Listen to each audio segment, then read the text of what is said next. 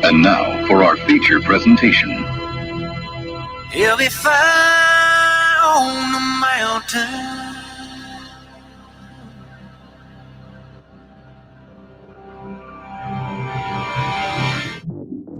JB and Darren on the JB and Goldwater Show. Line drive right field, base hit.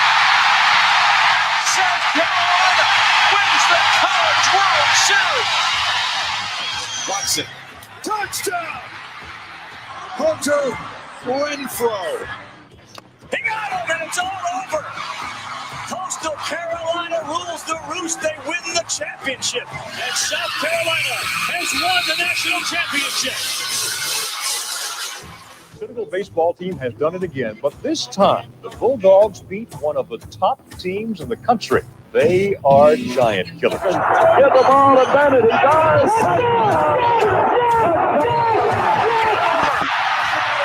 Gamecocks are in the Final Four.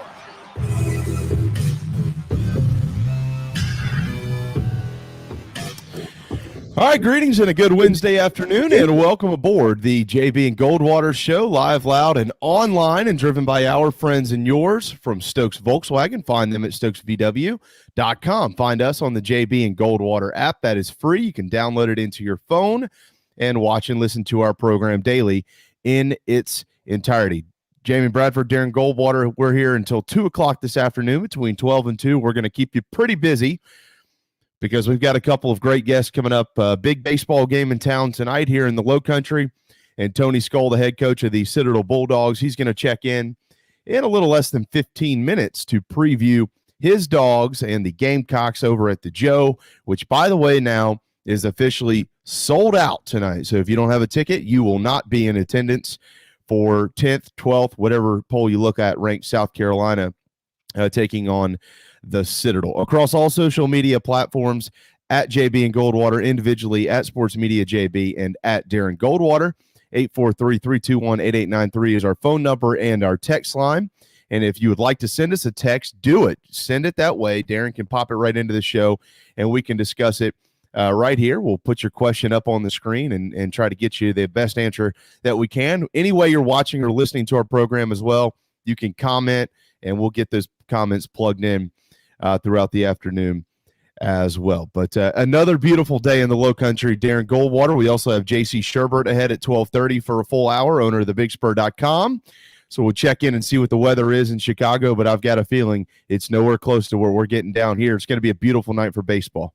Can't really be much better than what we've got right here. I'll tell you, I am in as good of a mood as I've been in weeks, because about an hour ago, I saw a tweet from Mets spring training.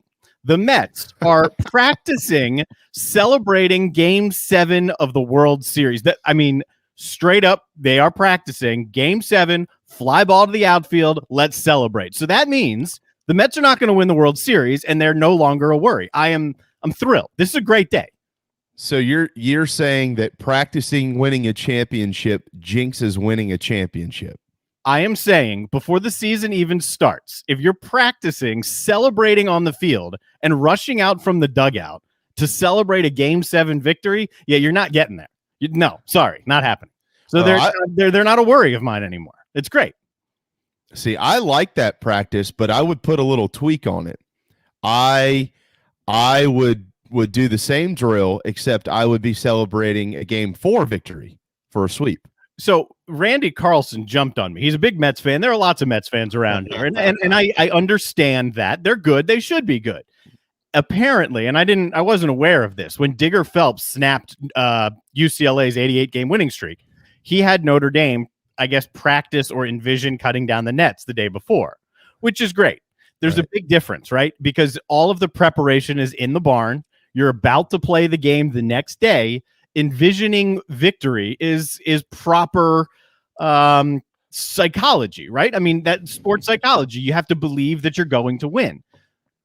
Envisioning victory of the World Series before spring training's even halfway through, and not just envisioning, practicing your celebration. Yeah, bye. See ya.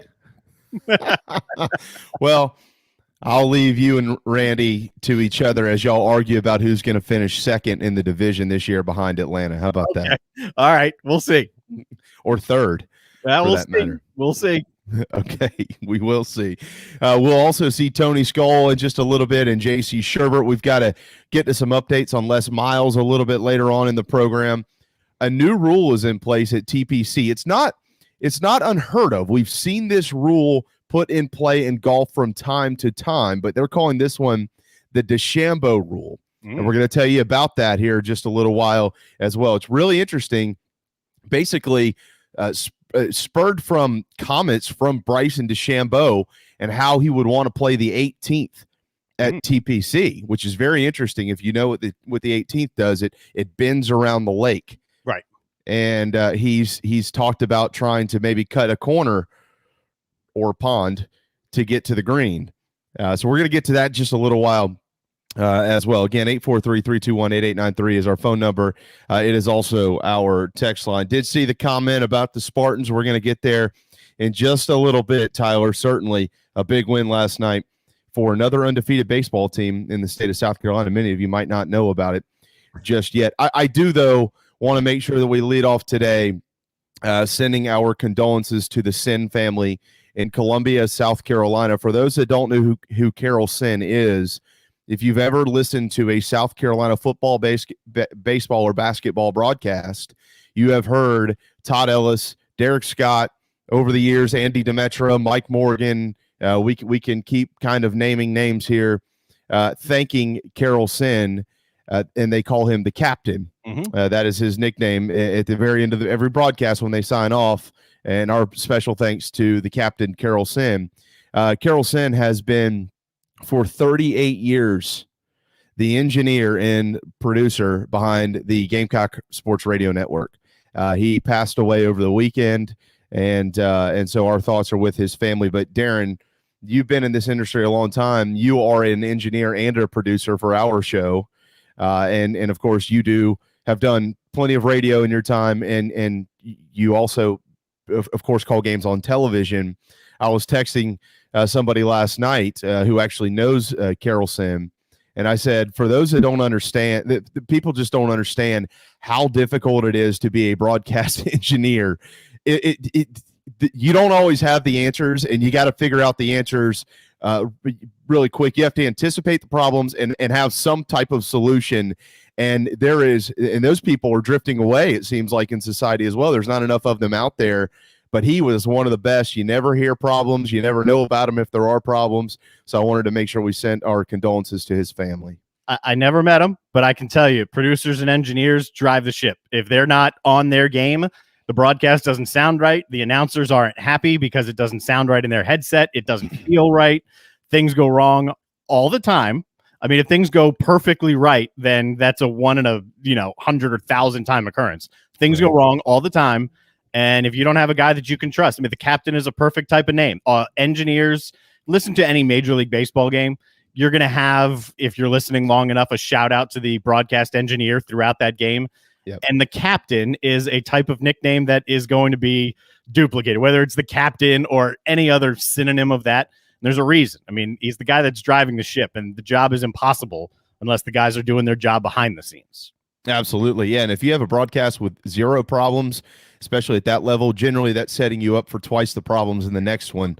That's just how it works, man. Karma is a B word in this industry. It will bite you in a hurry. But I wanted to make sure that we said something for his family. A tough loss for the family, a tough loss for Gamecock Athletics as well. And but the show will go on, and they'll plug somebody in there, and hopefully somebody's going to be ready to go. There is a broadcast tonight, of course. South Carolina baseball is in town to take on The Citadel. All right, yesterday, let's get through some hoops and some baseball. What happened last night? Some tickets punched, more of them.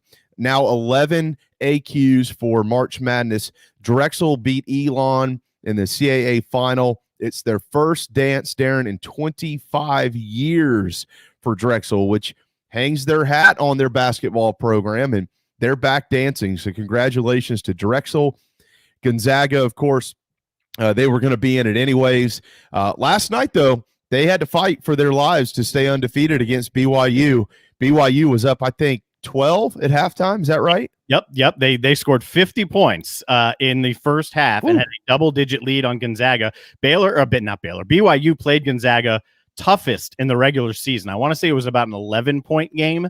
Okay. And Gonzaga didn't get control until midway, if not farther than midway through the second half of that game. So first time we've really seen Gonzaga push to the limit. And yeah, like you said, they were in anyway, but it's an interesting thing to watch when a team that is widely considered the best in the country, an undefeated team, gets pushed. And that's something that other teams heading into the tournament will rely on. Well, probably good for them, actually. I mean, they haven't had many tests this year. Yeah, could be. And BYU is a tournament team. They'll be in there. They're 20-6 now on the year. And by the way, that broadcast, I really appreciate. I think Sean Farnham was on the call as the analyst. He was, and I can't remember who. Dave Fleming. I disagreed with Fleming, and I really like Fleming, but I disagreed with him. He was talking in the broadcast. If they lost the game, it could maybe bounce them from the number 1 overall seed. No chance. There was no chance. Well, they'd be a number 1. They'd be on the number 1 seed line, but could they fall out of the top seed? Yeah, that was a possibility, just simply because they haven't had the competition. You know, they played Baylor early on in the year, but they haven't had the competition. So if you lose that game, there is a chance you're not the overall number 1. But hey, semantics now. They are. Well, they are. There's no doubt. I just happen to disagree with that. I didn't think even if they lost the game, they would lose the top seed. But that's just what I thought. You know, Darren, nobody cares what I think. Either way, they're number 1. Especially if you work for Baseball America. Mount St. Mary's beat Bryant last night in the Northeast Conference Final. They're in. Oral Roberts beat North Dakota State in the Summit Final. They're in. Cleveland State beat Oakland in the Horizon Championship. They are also in. In the ACC yesterday, so I was kicking myself last night. I cut from the Notre Dame game to the South Alabama baseball game. Both of them ended in dramatic fashion, by the way. And Notre Dame was down 10 with about 6 minutes to go, and they weren't playing well. And I'm watching the SEC Network's South Alabama game, and then I see final at the bottom, Notre Dame wins 80-77. And I thought, well, what? So I went back to the ACC Network and saw what happened with the 3 at the buzzer over Wake Forest. And so Notre Dame advances, and Notre Dame now will take on North Carolina tonight at 9 o'clock on the ACC Network. Duke pounded Boston College. They're going to get Louisville today. It's their 3rd matchup of the year. Louisville swept them in the regular season. Duke's going to have to win the ACC tournament to get into March Madness, and we'll see how that goes. Certainly, Miami beat Pittsburgh. Now, they're going to get Clemson today at 2:30 on the ACC Network.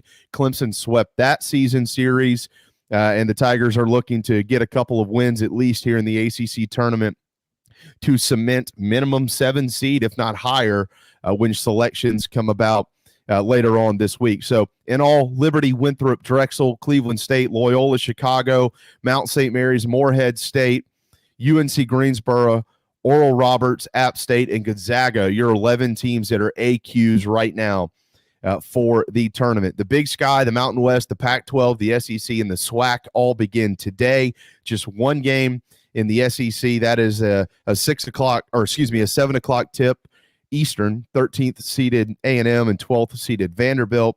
4 games today in the second round in the ACC. Syracuse, NC State, they have just tipped off, so we'll give you an update on that in just a little bit. Miami and Clemson coming up after our program at 2:30. Duke and Louisville at 6:30. Notre Dame, North Carolina tonight at 9 o'clock. Remember, the top 4 seeds awaiting these winners. They'll play tomorrow for the first time in the ACC tournament, Darren. And let me get a couple of baseball scores in here as well. College of Charleston, tough night in Bowie's Creek. Campbell upends the Cougs Chad Holbert's team is off to a rough start, just 3-8, 1-8 in their last 9 games. And how about this stat? In the 11 games they've played this year, they have scored 3 runs or less in 8 of those. Whew. It's not good. 6 runs total in the last 36 innings played for the Cougars offense. So they've got to find a way to get it going. But the score of the night in the Palmetto State was in the upstate, and that was undefeated USC upstate pounding Clemson 12-2 at Doug Kingsmore. Tigers dropped to 5-5. Spartans 10-0, and maybe like you tweeted last night, maybe the best mid-major program in this state right now.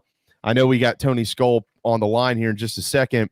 I do want to read this quote from Monty Lee, I think one of the finest men that I know, and this is what good coaches do, Darren. Mm-hmm. He said after the game, quote, "The bottom line is I'm just not doing a very good job of coaching right now. That's the bottom line. We're working on everything I can think of to try to get our guys in the right frame of mind and fundamentally sound, and just nothing's working right now. Our kids are fighting, and our kids are feeling it. They know that things haven't gone well for us. They're struggling. I'm struggling, but we can't make excuses. We've got to go to work tomorrow, and we've got to try to get our club better in all areas because we're much better than this. We've got a better team than this. So I'm just disappointed first and foremost in myself.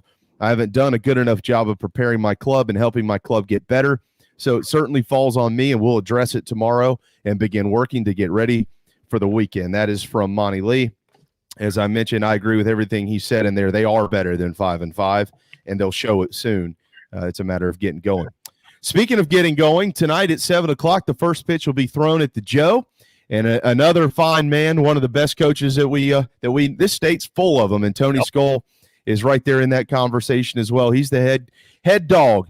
The Citadel baseball program will welcome the Gamecocks to town tonight. Undefeated South Carolina. Tony and the Citadel are going to try to pull an upset, and he's going to tell us how they're going to try to do it right now. What's up, man? Hello, JB. Darren, how you guys doing today? What a beautiful day we have here in the Low Country. Man, you're not kidding, man. I mean, we talked about this at the top of the program. We've got J.C. Shurburtt coming up next. He's in Chicago. I'm in shorts today. I know y'all can't wear shorts tonight, but this is wonderful.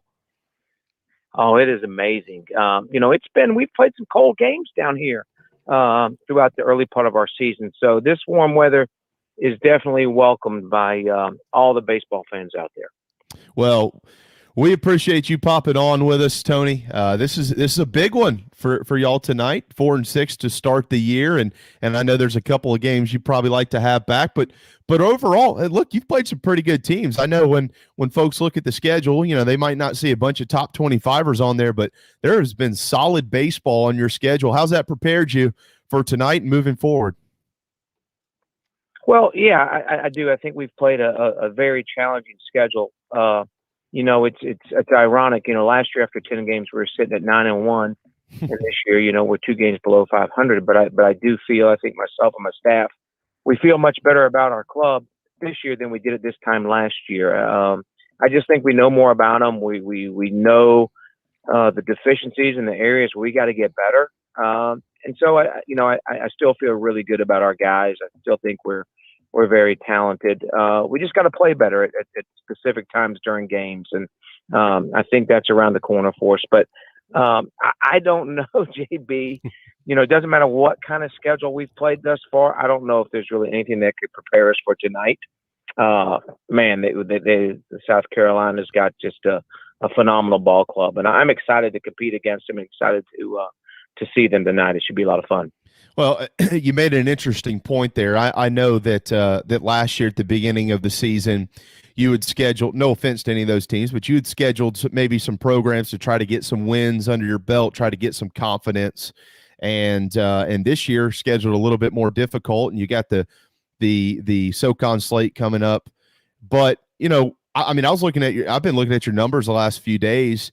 Your guys are swinging the sticks well. I know you'd probably like the bottom of the order to pick it up a little bit, but they're swinging the sticks well. You got a good Friday night guy. Tony, this is a SoCon team that can battle, and no matter what happens tonight, this is still just another step in the right direction. Yeah, I feel, like I said, I feel good about the direction we're going.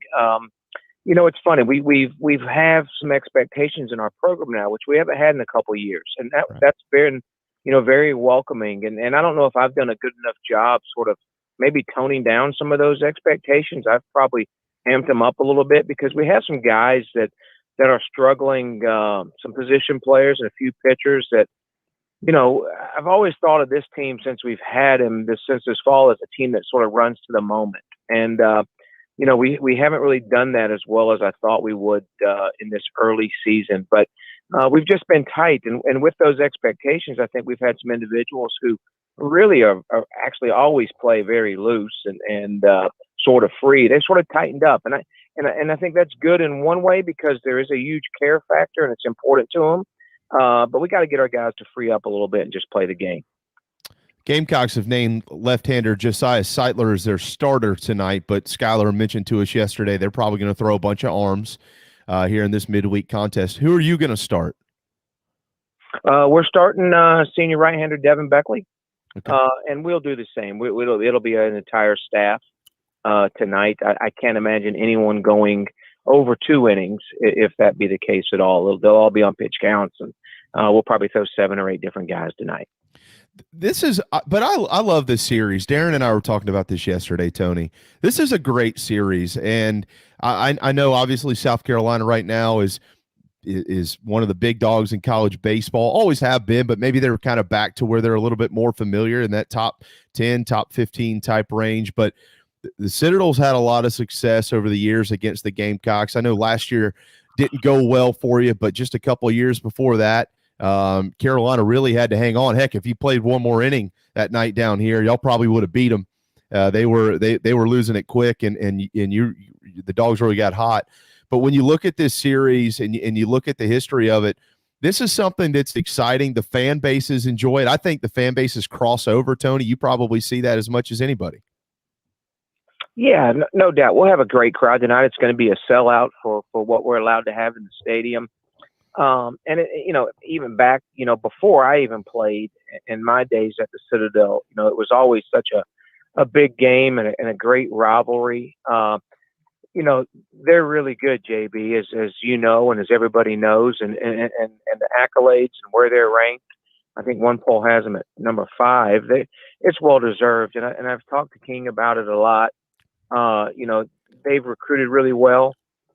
They've got a stable full of power arms, and they are as physical of an offensive team as you're going to see in college baseball right now. So he's got a lot of pieces of the puzzle. They're playing pretty good defense, but I think they're striking out 14 guys a game. And I was talking to my staff about it. There's just not a lot of plays having to be made behind their pitchers because they're striking out so many guys. Half the outs of the game are coming by strikeouts, and then you put 6 or 7 fly balls in there, and they're actually having to only field 4 or 5 ground balls a game. So they're playing good defense, and they've really got it rolling right now. And I'm very happy for them because, obviously Mark and I are really close, as well as Stuart Lake and Skylar Mead. They're just great baseball people, and they've worked really hard to get this going. There's a lot of pressure on them down there. I should say up there. And I'm really happy for the success that they're having. How about the guys in your locker room? I mean, I was a part of, just as a broadcaster, this series. I don't know how many games I did between the Citadel and South Carolina. And I know the conversations that I would have with Coach Jordan were always similar. The guys in the locker room would get up because to them, it's one of the biggest games or 2 games of the year. They're playing guys that, they feel like they are their equal, and then they want to prove it. But you go into the coach's locker room and, it's one of those where, hey, let's manage this so that we're prepared for the weekend. So how do you balance that feeling of it's the biggest game to the guys, but you also have a SoCon series and many of them coming up down the line? Well, that's a great question, Darren. We don't want to make it any bigger than it already is, but for our program right now, every game is big for us. And that's, and when you're trying to sort of build success, or for them, when you're trying to sustain success, you want every game to be important. So I think for both programs, it's very, the game tonight is very, very important. For players, it's like I tell our guys, we have a lot of South Carolina kids on the roster, and they weren't recruited by South Carolina. So if you don't have a chip on your shoulder, then something's wrong with your competitive spirit. So, we're always going to be the underdog in this game, but we want to have a program where we feel we can compete at the national level. And, we're going to get a pretty good taste of it tonight. So I don't know how that's going to turn out, but I can guarantee you the kids in the baby blue tonight are going to pin their ears back and come after it. Well, you mentioned something interesting about South Carolina not having to field a lot of balls in play, whether it's ground balls, fly balls, whatever it is, because they do have so many strikeouts with that pitching staff. But that kind of brings up an interesting discussion offensively. Your guys do put the ball in play a lot. I think they strike out maybe less than 20% of the time, which is actually a low number these days. I know you as a coach would like that to be as low as it can be, but in today's day and age, strikeouts are a part of the game, and y'all have minimized that as much as you can. I think you've walked over 40-something times as a club this year, so that's 4 or 5 of those a game thus far, which is pretty good. So I'm not trying to give away the game plan here, and obviously your guys have to make it all happen, but when you have a team out there that's not used to fielding 15, 20 balls a game or more, does that kind of get your offense in gear to put a little bit more pressure on them? Are you playing more small ball, trying to get bunts down and hit and run and things like that? Well, yeah, and I mean, I think that's who we are as an offense anyway. We do have some thump in our lineup, but we're always going to be a team that tries to, get some traffic on the bases and put some pitchers in some crisis situations. You can't steal first base, that's for sure. And like I said, their pitching staff, their numbers on their pitching staff are disgustingly good. And it's going to be hard. We've got to be ready, and we got to be very disciplined in the strike zone tonight to not chase. And they're not striking out 14 guys a game because they're throwing it right down the middle. They're moving the ball up and down, especially really well. And then they got some power breaking balls that are really good. So we've got to own the zone tonight from an offensive standpoint, then find a way to put some pressure on them. The longer the game can go where, I'm sure our guys would be nervous and have some butterflies, and which if they don't, something's the matter with them. But the closer we can keep it and the closer we get to the end of the game, the pressure will turn. It'll move over to their dugout. So hopefully we get off to a good start, keep it close, try to win this thing in the late innings. How about Jeffrey Brown? He's back. He's healthy. He's hitting a shade under 400. Jeffrey's, he's sort of our guy that makes it go for us, and his numbers are great, and he's had a great start. He tweaked his knee at Jacksonville last week ago today, actually. So he missed a couple of games this past week and didn't play Friday and Saturday, but played Sunday for us. So he's trying to get back to where he's feeling good again, but he's playing really well, but there's still a lot more in the tank for Jeffrey. So I'm excited about what the rest of the season holds for him. But he's such a nice young man, great family, excited, for the success that he's having. He does have a great family. His dad's a handful, but he's a great man. There's no doubt about that. And you know what I'm saying, Tony. We talked to Skylar yesterday. I asked Skylar if Blake had asked him to go bass fishing yet, and he said no. And I told him if he does, don't take that bait, literally and figuratively. Don't do it, because he'll embarrass you out there. He knows he's a better fisherman than anybody that casts a line next to him, especially when they're fishing for bass. But you mentioned Mark, and I know Skylar mentioned yesterday y'all's relationship. We've known for a long time that you and Mark and Lemo and Coach McDonald, y'all spent a ton of time together with Team USA. What did you learn about Coach Kingston throughout that time, that tenure that y'all were coaching together? Well, it was, when Dan had announced the staff, I was really excited because, Mark and I came to the state at the same time. And I knew of Mark, obviously, but had never met him. Met him the first time we went up there to play, actually. And it's the first time I'd ever spent any time or talked to him. So, and then once we got announced, we spent a weekend in Louisville together with Dan, our staff got to know he and his lovely wife. We spent some time together, and it was great. And then, USA Baseball, it is a very prestigious organization, but it is also a very blue collar, extremely hard working organization. And when you're involved there for about 6 weeks, you're up at 6 a.m. You're eating breakfast together with the staff. You're going through meetings, developing practice plans, and then you're at the field for probably 10 hours a day. You eat lunch together, you eat dinner together, then you have meetings and watch video, break everything down that night. And then you're traveling all over the world together. So for Mark and I and our relationship, it was great. And I felt bad for him at first. Just the fact, him and Dave Turgeon, who was with the Pirates at the time, another great pro guy and former Davidson graduate.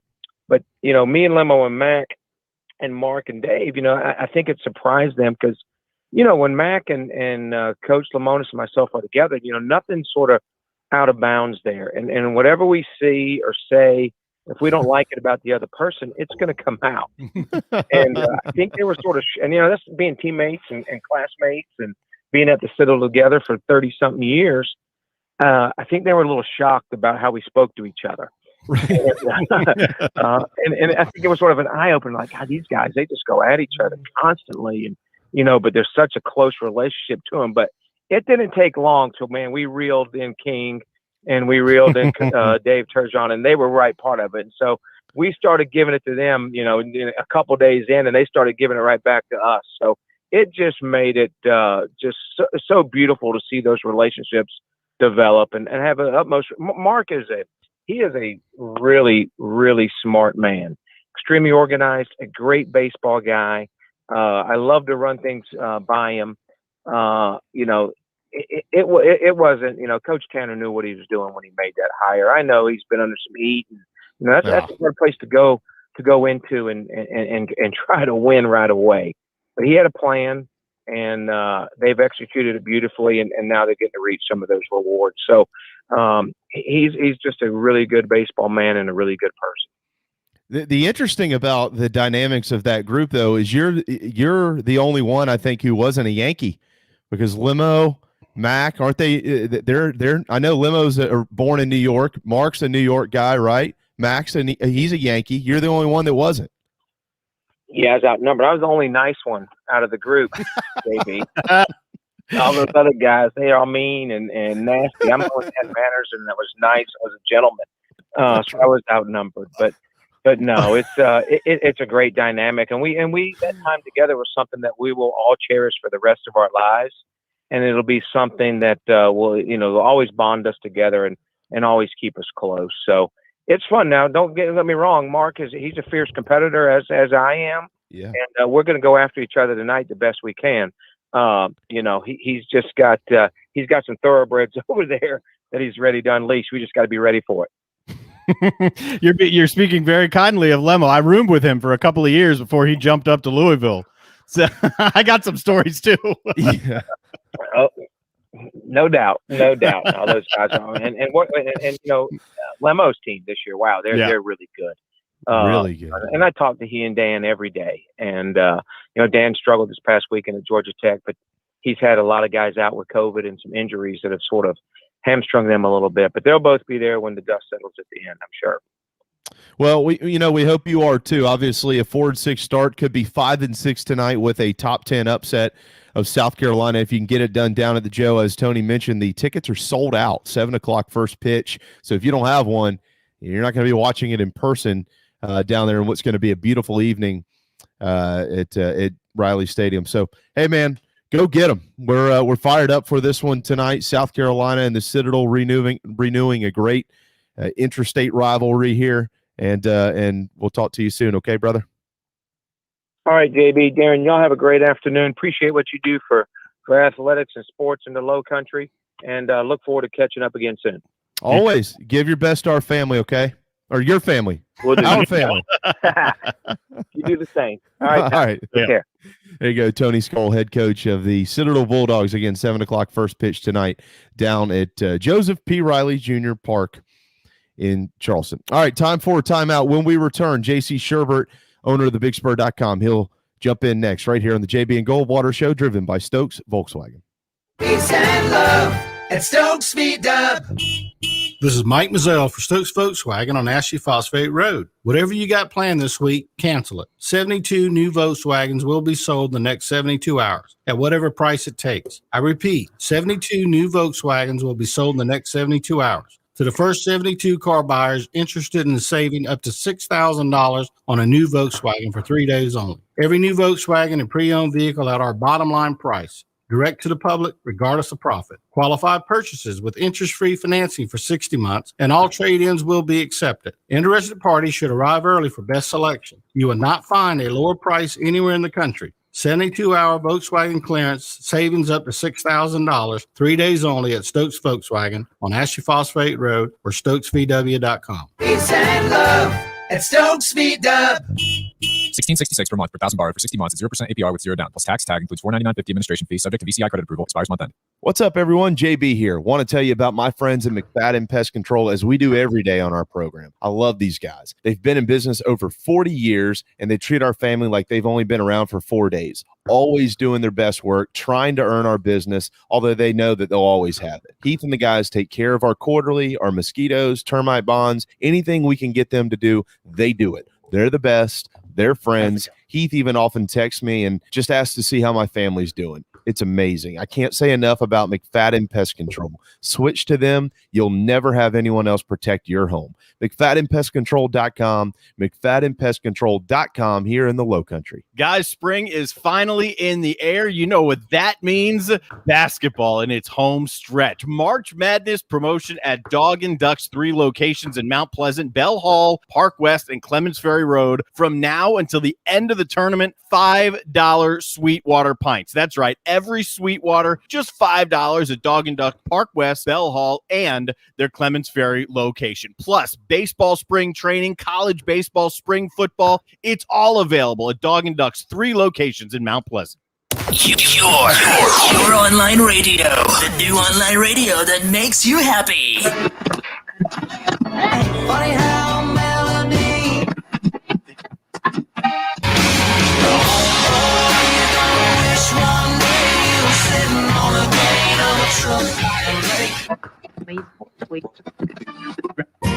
Yes, I love good cold beer and mustard on my fries. I love a good loud honky tonk. It rocks on Friday nights. And you were listening to the JB and Goldwater Show, live, loud, and online. R-A-S-P-C-T. She's hell on wind when a roll meets 1237. Welcome back to the JB and Goldwater Show, live, loud, and online, and driven by our friends and yours at Stokes Volkswagen. A little late to the party to get JC Shurburtt in here, and we apologize for that, my friend. We were wrapping up a little behind schedule with Tony Skole, head coach of the Citadel. By the way, I want to correct a statement I made. The first pitch tonight will be thrown at 6 o'clock down at the Joe, not 7 o'clock. 6 o'clock. I'm used to 7 o'clock first pitches during the midweek games, but 6 o'clock. But it doesn't matter. If you don't have a ticket, you can't go. But at least you'll know where and when you can listen to that broadcast. On that note, what's up, man? Oh, don't worry about it. I did a whole podcast yesterday teasing the baseball game as Tuesday night. I didn't realize it till like 40 minutes after alleged first pitch, where I went to check the game thread on the Big Spur, and there was nothing there. And I was like, oh, they must have canceled. You know, there must be some COVID issues or something. And then I talked to Whittle last night. And he's like, no, it's Wednesday. And I was like, oh man. So I felt like an idiot. So don't feel bad about confusing 6 and 7, because that's yours truly. Certainly, I hope people didn't show up to Joe Riley Park last night. You know, hoping to see a baseball game, and they're like, that JC Shurburtt man. You know, I'm never gonna listen to him again. No, that happens anyway. Yeah, you know it. I'm still taking crap about Colin Hill and to a lesser extent Jake Bentley. So you know, I'm used to eating it. So we're going to get to the quarterbacks in a little bit. I want to get your update on the Gamecocks quarterback recruiting carousel, and you've got a column out about the current QBs on the roster. Mm-hmm. I retweeted a column today that Hale McGranahan published yesterday on thebigspur.com that is excellent. It is so elementary. Just a timeline of events from basically when Beamer got hired, maybe a little bit before that, until right now, with everything that's happened in the quarterback room, quarterbacks on the roster who've left the roster when coaches were hired, quarterbacks that have been offered, quarterbacks that have committed elsewhere. It's a great read for folks interested in that, thebigspur.com. But because we love you, Darren and I are going to bring you into last night's Twitter beef. Oh, yeah. Oh, man. It's nothing like getting into a Twitter beef. I didn't get on Twitter last night because I was scared I was going to get called out about the wrong information with the baseball game. Somebody's going to, like, send a picture of his kid who's sad because he can't go to the game because I told him wrong. I was like, I just don't need that in my life right now. No. Well, so let me set this stage here. All right, so Darren is in charge of the JB and Goldwater Twitter handle. For folks that maybe don't know that, I have never sent a tweet from that. Half the time, I don't know what Darren's doing, and I don't really care because Darren doesn't do anything with that Twitter account other than, like, try to be positive and promote our state. I mean, that's what we do. Like, we're not here to, if I want to rip somebody personally, I'll do it. But that's not what that handle's for. Darren manages all that. And all he did was tweet that because USC Upstate pounded Clemson in baseball 12-2 at Doug Kingsmore, he asked a question is, are the Spartans the best mid-major baseball program in the state? And we got a response, and I'll say who it was because you obviously clearly can go see it publicly. It was Teddy Cahill, who writes for Baseball America, and he asked, define mid-major. And I responded and said, the entire Big South, which is what USC Upstate is in. They're all mid-majors in baseball. And then he said, well, I just wanted to really know where you stood on Coastal. And I'm sitting here thinking, well, then ask what I think about Coastal. You didn't ask that question. You asked define mid-major. I defined a mid-major. I don't think he realized that he was talking to a couple dudes that could probably run circles around him. I don't give a damn that he writes for Baseball America. That we could run circles around him in baseball, especially in this state. And I think he was trying to get us to say something stupid like Coastal Carolina is a mid-major baseball program, which Darren and I think you probably agree, they're not. They won a national championship. You kind of get elevated when that happens. So my total response, and then I'm going to leave the floor to you. In baseball and basketball, JC, mid-major leagues can have major programs in them because of the setup, like Gonzaga. Gonzaga is a major program, but the WCC is a mid-major league. Coastal Carolina, a similar situation. So I wanted to bring you into the Twitter beef and get your thoughts on how we identify mid-majors in the different sports. I'm looking at a picture of Teddy Cahill. I liked it. The first thing he did. Dude, I'm like, well, no offense. Congratulations for being I don't think he was a very good baseball player. I'm going to be more of a Kendall Rogers fan when it comes to national baseball, folks. Yes, and Aaron Fitt. Aaron Fitt obviously is a legend. I've never really heard of Teddy Cahill, but that's a heck of a name, Teddy Cahill. I don't know about his, I'd maybe think about the hairstyle and the glasses a little bit. But, all right. Don't be offensive. I'm not being offensive. I'm not the best looking man on the planet, but, old Teddy here, I don't know. I don't know. I'd have to be his wingman a big time. I mean, if you wanted to know what we thought of Coastal, then ask what we thought of Coastal. Yeah, he tweeted about Upstate. So let's talk Upstate. Good. Yeah. It's a hell of an accomplishment. USC Upstate is definitely a mid-major sports program. As a proud graduate of USC Upstate, I will admit that. I didn't even know that. All right, so I think you hit the nail on the head. You have programs that can compete, with major programs that are in mid-major leagues, and I think it's different for every sport. I think that in basketball, we sit there and everybody still talks about the Power Five. And this drives me crazy because you get into the whole Frank Martin debate and who should Carolina hire next. And they talk about Power Five teams. And there's not really a Power Five in basketball. It's more like a Power Seven because the American is better than a lot of the major conferences at times. And the Big East, certainly, with all the great programs they have. is outstanding. You can make a case for the Missouri Valley sometimes too. So it depends on the sport. But yeah, I mean, in basketball and baseball, now football, these teams that are mid-majors do not have a shot. The group of five, they don't have a shot to ever win a national championship, nor should they. So football is a little different. There's a line of demarcation there. But as we've seen in basketball and baseball, you can have a Gonzaga contend for the national title, or a Coastal Carolina. Those schools in the Big East, you go through them, Villanova, Marquette, Xavier. Those schools don't have football programs, and they are basketball schools. They're mid-major and everything else, but in basketball they could beat you. And obviously Villanova is one of the best programs of the decade. So I think it's different in different sports. But when you're talking about kind of the isolation, because if you're talking about basketball and the Missouri Valley or the Big East or the American, you're talking about multiple teams that can contend for a national championship. Like, you go into the American Conference, Memphis, Houston, all those schools can go to Final Fours. Their programs have been successful at the highest level, same with the Big East. But in Coastal and Gonzaga, and that's the best, I think the best comparison. In Coastal and Gonzaga's case, they're the class of their league, obviously, traditionally, and there really isn't another school there that can compete. So, I'm sorry. I think Coastal Carolina has to be considered a great program and one of the best programs in college baseball, because they won it all and they're tough and they're good. But they're still, mid-major versus major. That still defines. It doesn't really define how good they are. It defines the setup and like where home is. And they're in a mid-major league, so they're a mid-major program.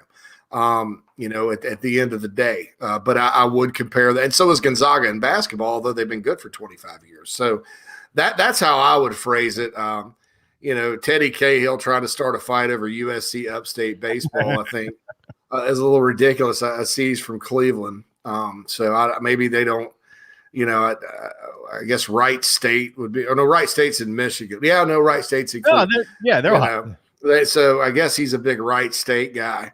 Or something, or Cleveland State guy, and or Ohio University, or Akron, or all the mid-major schools in the state of Ohio. Maybe that's where he comes from. But look, I'm looking at a column here too about Teddy Cahill. The ACC staked its claim as the deepest conference in the country, and you look at how many SEC programs are in the top 10, 15 right now. What? When did he publish that? I'm sorry. I'm looking at the Teddy Cahill page here on Baseball America. It's like ACC depth stands out. This was on March 8th that they made a claim as my dog obviously doesn't like that. Sorry about that. But,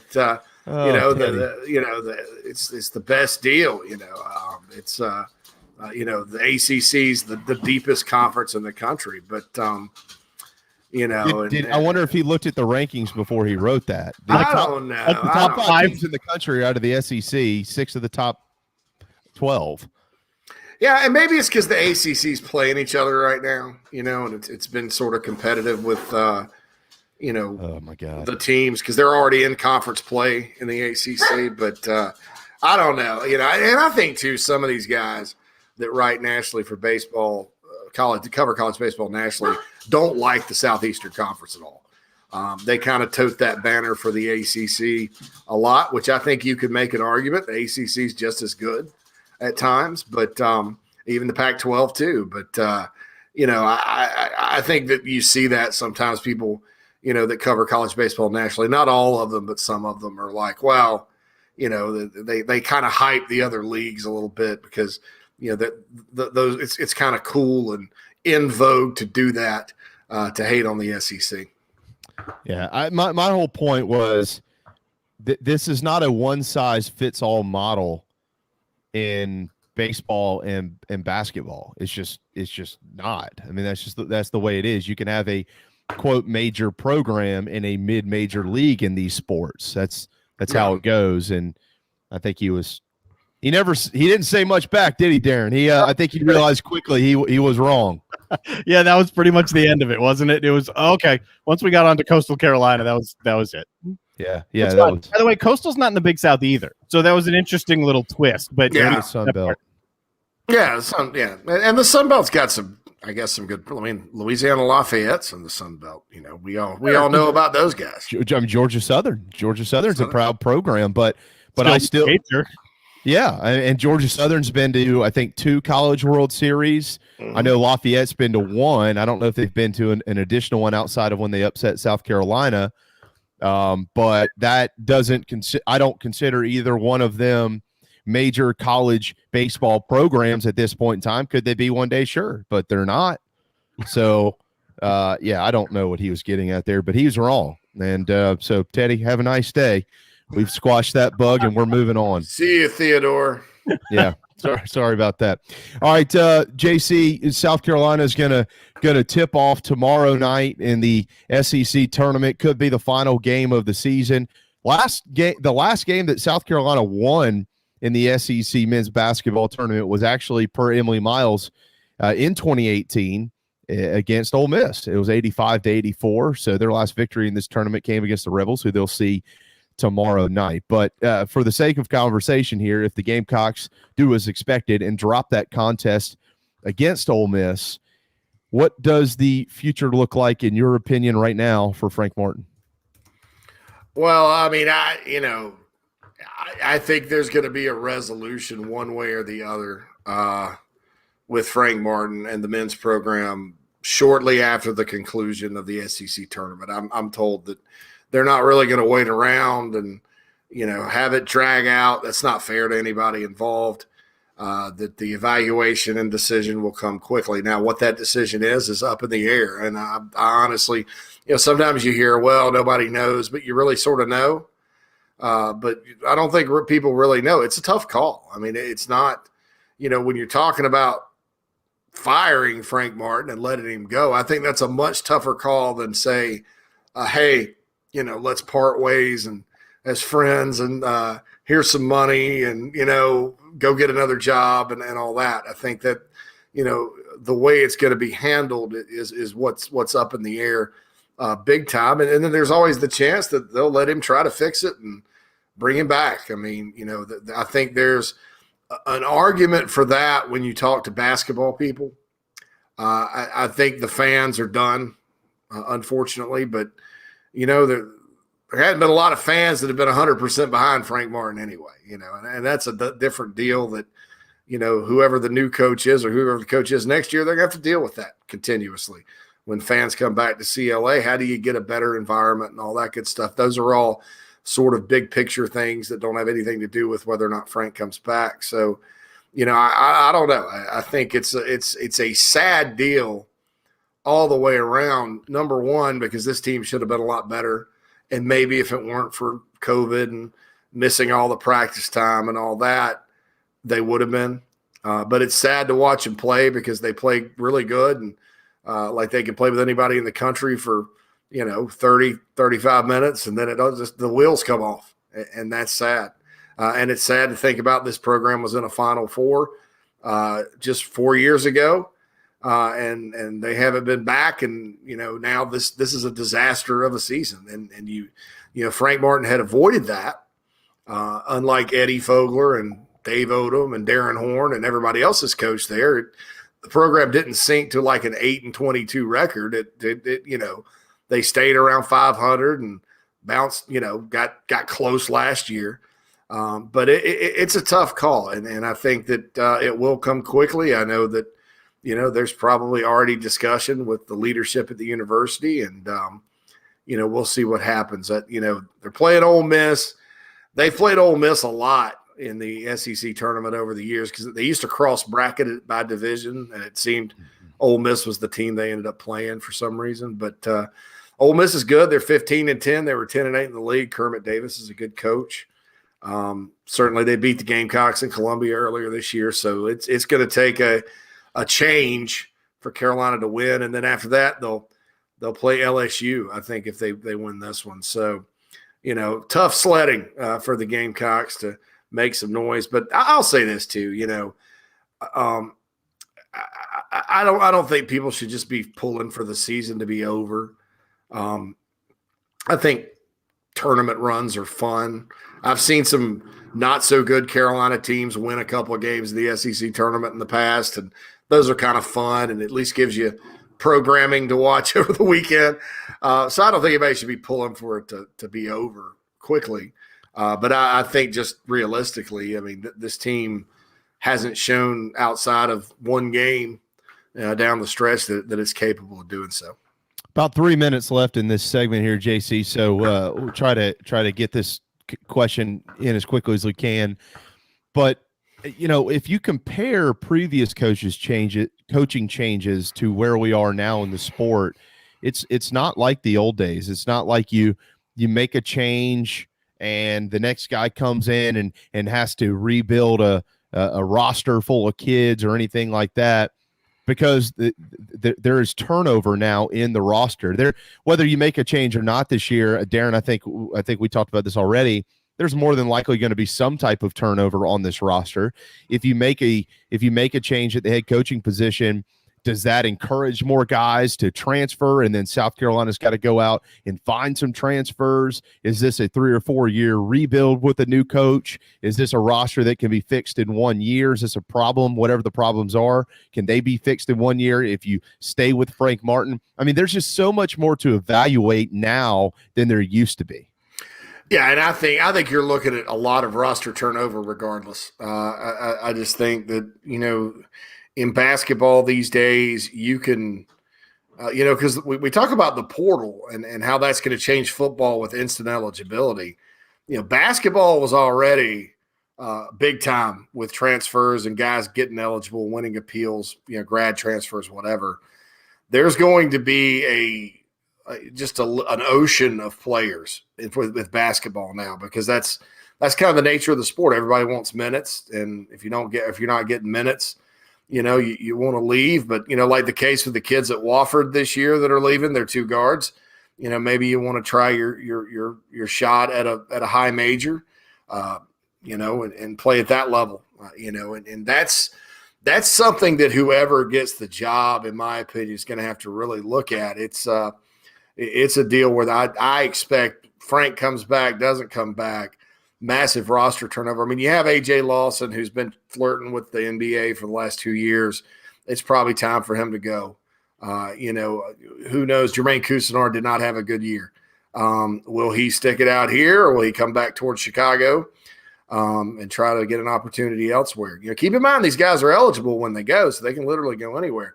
Right. Will Keyshawn Bryant and Justin Minaya, I don't think they think they're going to the NBA, but, will they take a shot at pro basketball? Justin Minaya has been there 11 years, I think. He got there before Frank. And then there's some guys that probably need to go down a level on the roster that probably aren't, fits, with what they want to do. So I think there's going to be roster turnover regardless. And that also makes me think, it kind of makes me think, normally if it weren't Frank Martin and I haven't, watched him go to a Final Four and all that, if it weren't Frank Martin, I'd say, well, if they're going to turn over the roster anyway, you may as well get a new coach. But it's a little bit intriguing to sit there and think, well, the roster gets remade next year, Frank has a chance. And look, I talked about this on the podcast today. The SEC, with all the coaches in this league now, it's not getting any easier. I mean, Buzz Williams finished 12th. Buzz Williams is not going to finish 12th at Texas A&M for very long. So they're on the upswing. You got Alabama, Arkansas. Auburn is going to be back. I have opinions as to what should happen to Will Wade at LSU, but as long as he's there, they're going to be good. I mean, so if you're talking about making a change and throwing a new coach in there, that's kind of scary to have to go up against Rick Barnes, John Calipari, all these guys every single night. So that's something to consider as well. And it's a mystifying ordeal right now for South Carolina, because historically the veteran teams win under Frank Martin. And if there's roster change, they more than likely won't be a very veteran team. This year they were, and they haven't played like it at all, obviously. So. It's been a situation where I think you got a good coach and good players, and you just got a crappy team. I mean, I can't think of another comparison. Maybe like Lou Holtz's first year. I especially can't think of it in a year 9 situation. But like Lou Holtz's first year, that team, obviously Lou Holtz is a good coach. And obviously that team, when all was said and done, had a lot of future NFL players on it. They probably weren't an 0-11 team, but it was just a crappy team.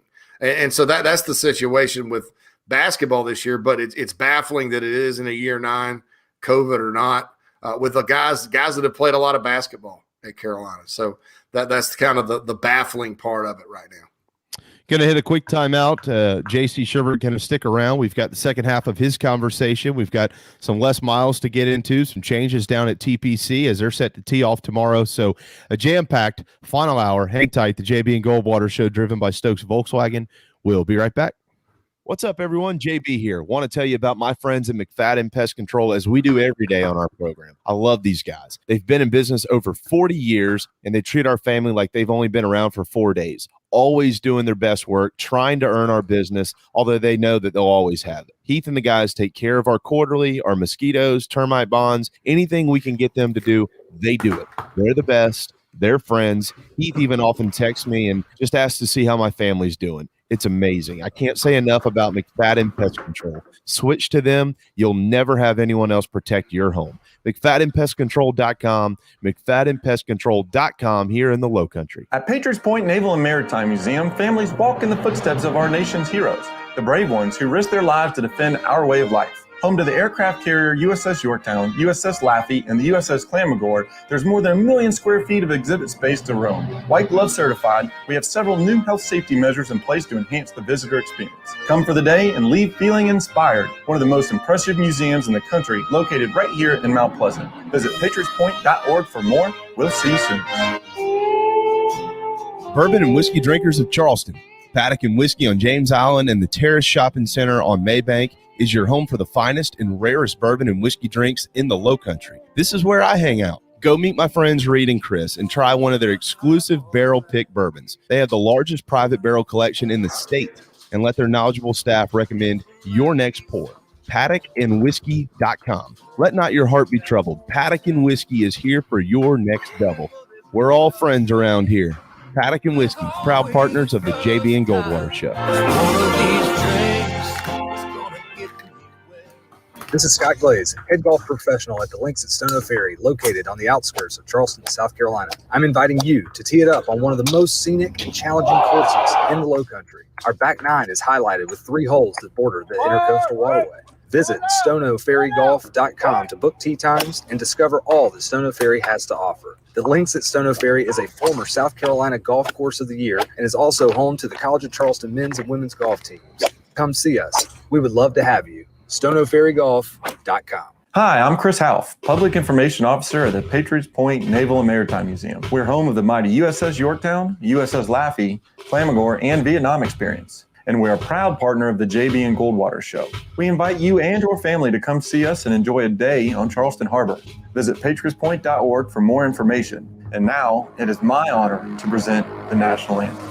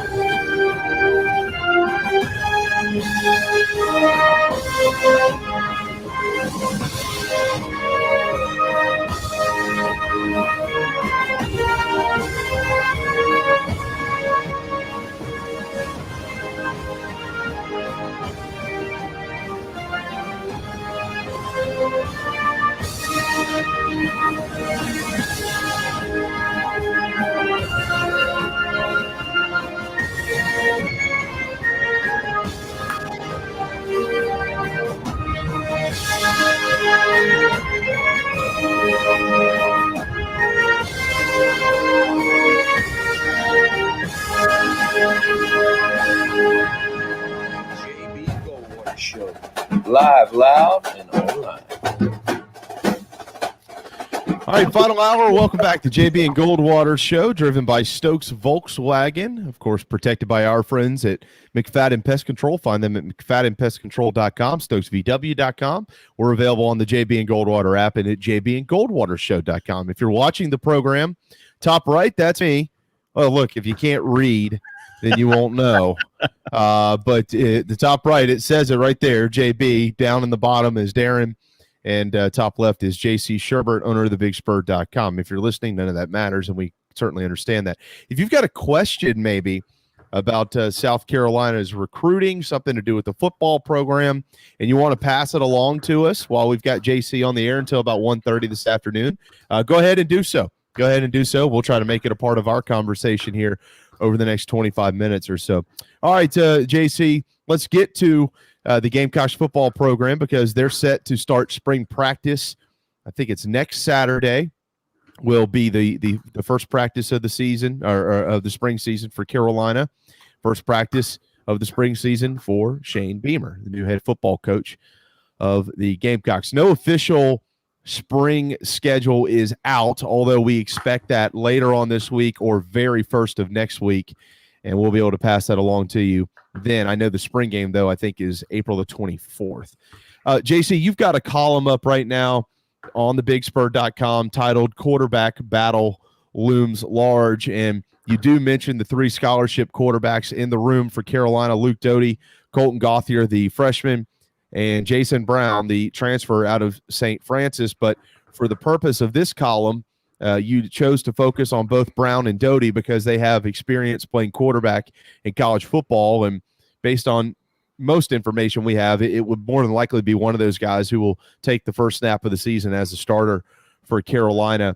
But I hope people go read more into this on the column here. But when you look at these two guys, Brown and Doty, what do you see in that quarterback room right now as it stands in March?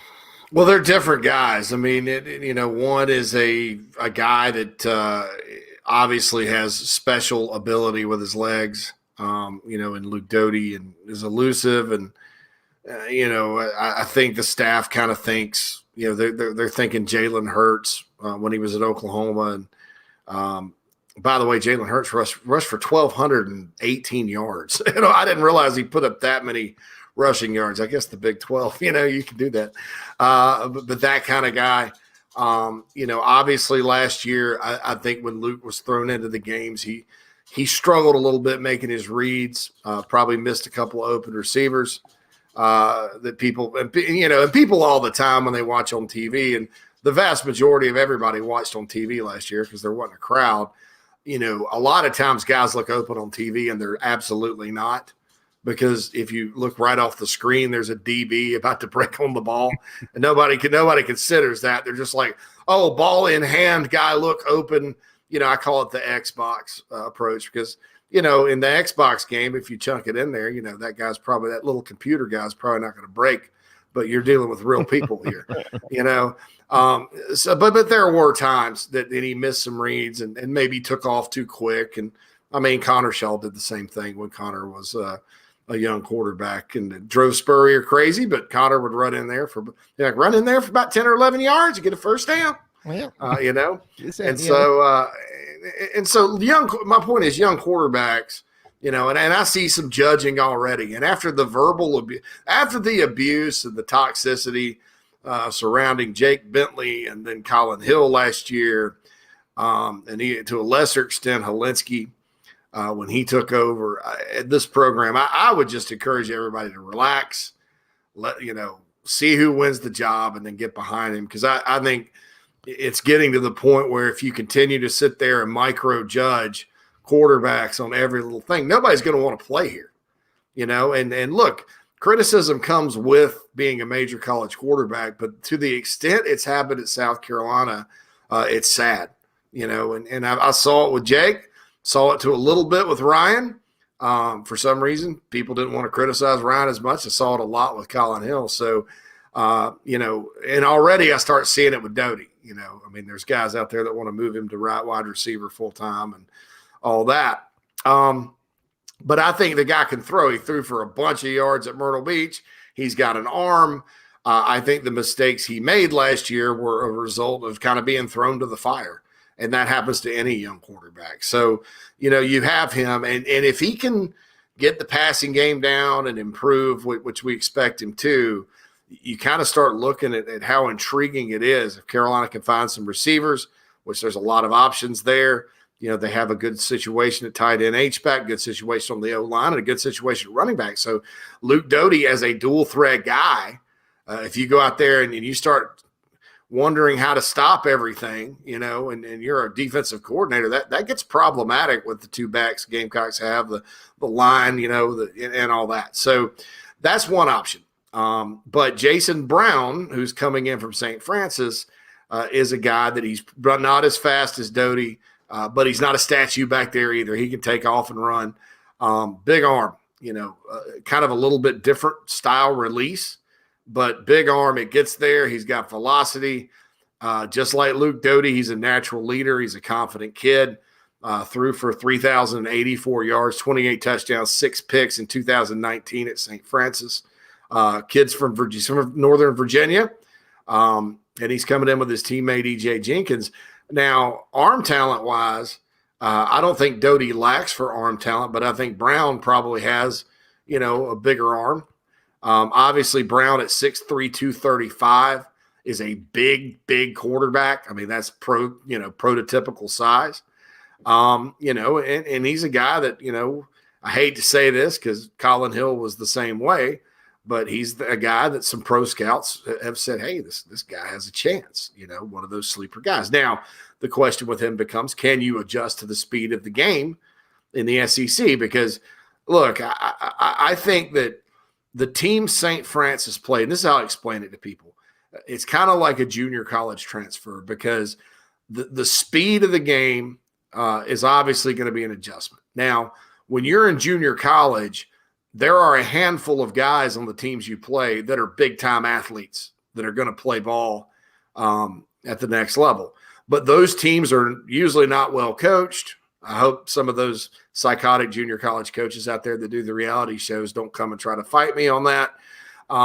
You're not facing sophisticated defenses. Athletically, there's guys that can play, but it's not, when you talk about level of competition, you're also talking about guys that know their assignments, disguising coverages when you're a quarterback, things like that. So in St. Francis's league, the Northeastern Conference, they probably didn't have as many future NFL or high-level guys that they faced individually, but the teams were a lot better. The teams were well cut. I mean, it's college football, so you're going to face defenses that are going to try to trick you and all that. It's not just kind of a glorified scrimmage like some JUCO games are. So I think that's what you got to look at, and that's going to be the key for Brown is it's just so much faster. And can he adjust mentally to doing that, kind of like a junior college quarterback would have? And you've seen junior college quarterbacks do it, and you've seen guys that have come and not been able to. So that's the question with him. All right. And Craig, we see your question about 2022s. We're going to get to that here in just a minute. But let me circle back to something you said, because throughout the entire fall season, JC, I'm not saying anything you don't already know here. You took a lot of heat, and you're not the only one. Others have, but you specifically, because you actually put your neck out there and back up what you say, took a lot of heat for saying that in the preseason, NFL scouts had contacted South Carolina about certain players, and one of them was Colin Hill. And you just mentioned that again with Jason Brown. I know. Excuse me? Do what? I know. Okay, so but hold on. Why? Why are they? I mean, you're in the circles. You talk to the agents. You talk to scout. You talk to all these people. You used to be a scout, basically. What? I know you mentioned the arm talent, but there's always got to be more than just arm talent to go to the NFL. And so why are they contacting? But also to add some context to these to the statement. What type of questions do they ask about, and like what are they looking for? If they contact a guy, they're not necessarily contacting Coach Muschamp or Coach Beamer, right, and saying, well, this guy's NFL ready, I can't wait to watch him play. They're contacting him because they think he has a chance. So what else are they looking for? Yeah, I think with Colin Hill, you watch his Colorado State film where he has weapons and different people to throw it to, and it looks different than what he did at South Carolina. I thought he got off to a pretty good start. I think as the season went on, he quit trusting every receiver on and tight end and everybody on the field except Shi Smith. And when the quarterbacks do that, they look extremely slow because they're waiting, and you can't wait. Plus, he wasn't, the most athletic guy out there, so he looked slow, and everybody just crapped all over him, and he lost his job, and rightfully so, because that offense wasn't going very far, with him at quarterback, and so that's what happened. I think with the scouts, though, NFL scouts are kind of old school when it comes to quarterback. They love size, and I don't know why. They like size as much as they do because there's a lot of taller quarterbacks that can't play dead in the movie, but they like it. And look, my opinion, Will Muschamp's the one that said Hill has an NFL arm. I never used that term NFL arm. I reported factually that the NFL had called about him, and that absolutely happened. So, and then I said that I thought he would move on if he got through the season healthy and did pretty good just because he's been hurt so long. People take that and they run with it. With Brown, I think it's the combination of the arm and the size, and I think that's, if you want to know why the NFL checks up on quarterbacks, I think basically anybody that's tall that can throw, they're checking up on just because they love guys like that. They don't, even though Tom Brady and Russell Wilson and Kyler Murray now and all those guys are, doing big things at the NFL level, they love the tall guys. I mean, that's why Trevor Lawrence is like, oh my gosh, that's a game changer. So I think that, that's why. Now, with that said, I'm not even predicting Jason Brown beats out Luke Doty. I don't know which way this thing's going to go. I just know there's going to be a competition, and I think both have their strengths. So I want to make that clear. I'm not anointing Jason Brown as this NFL guy, but it's public information that, some NFL guys have asked about him when he was at St. Francis. So I'm assuming they'd ask about him at South Carolina. And quite frankly, if, with his skill set, if he can throw it and put up the numbers he put up at St. Francis in the SEC, I think he's going to get a shot, because he's kind of that prototypical guy. But first things first, he's got to beat out Luke Doty, and I just don't know that that's going to be easy for anybody to do, and all that. The key with Brown, as far as is this going to be a competition, is going to be adjusting to the to the speed of the game in the SEC.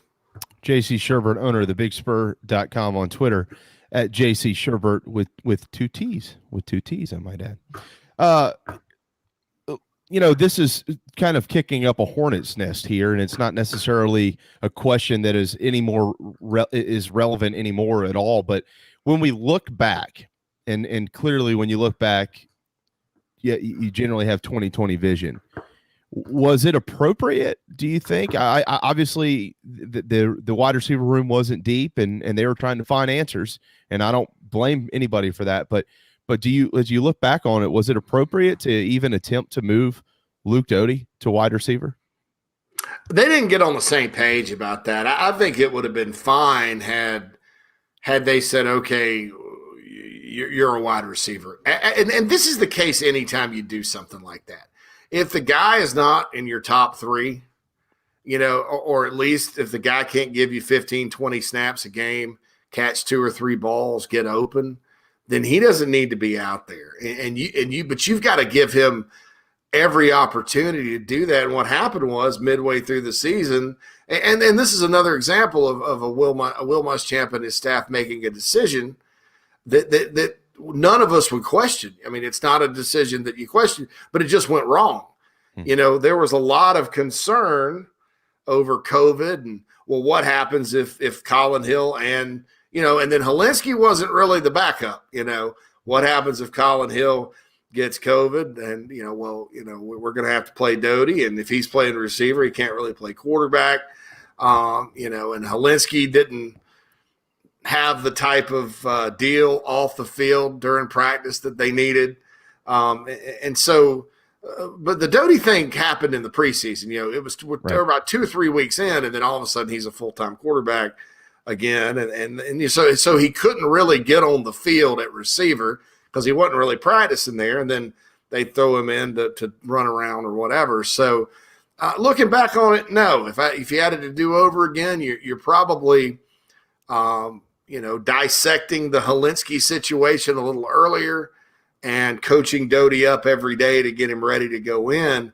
But those are the things you don't see coming that end up costing coaches their job, and it's impossible to tell. I mean, I don't think anybody saw after the first 2 games Hill completely face planting and getting worse and worse. I thought after those first 2 games, that's kind of is what he is, sort of a game manager, distributor, can hit the open guys, all that good stuff. Carolina's going to need to run the ball and keep the ball. But then you starting with even starting a little bit with Auburn, and then going into LSU and A&M. I mean, those were bad. A little bit of a rebound against Ole Miss, and then the first half against Missouri, and then that was that. I don't think they saw that coming. They wouldn't have started him otherwise. I don't think they saw Helinski not making a move coming. And so how do you see that coming? But if you had seen it coming, what you do is you just get Doty. You maybe even have Doty and Hill, split reps or something at times to give you that advantage. But as it stands, it didn't happen that way. There's a completely different scheme this year. I think that, while Mike Bobo was developing some quarterback run game, not only for Doty, but also for Gunnar Stockton coming in, it wasn't fully developed yet. I think with this bunch you got at Carolina now, you're going to see it, and the beauty of what they're doing on offense is it can work for a guy like Jalen Hurts, who is kind of a runner / passer, but it also can work, for a guy like Baker Mayfield, who's, first and foremost a passer, but can scramble a little bit. So I think that's kind of the beauty of what they're going to do. All right, let's look at the future of the quarterback position at South Carolina.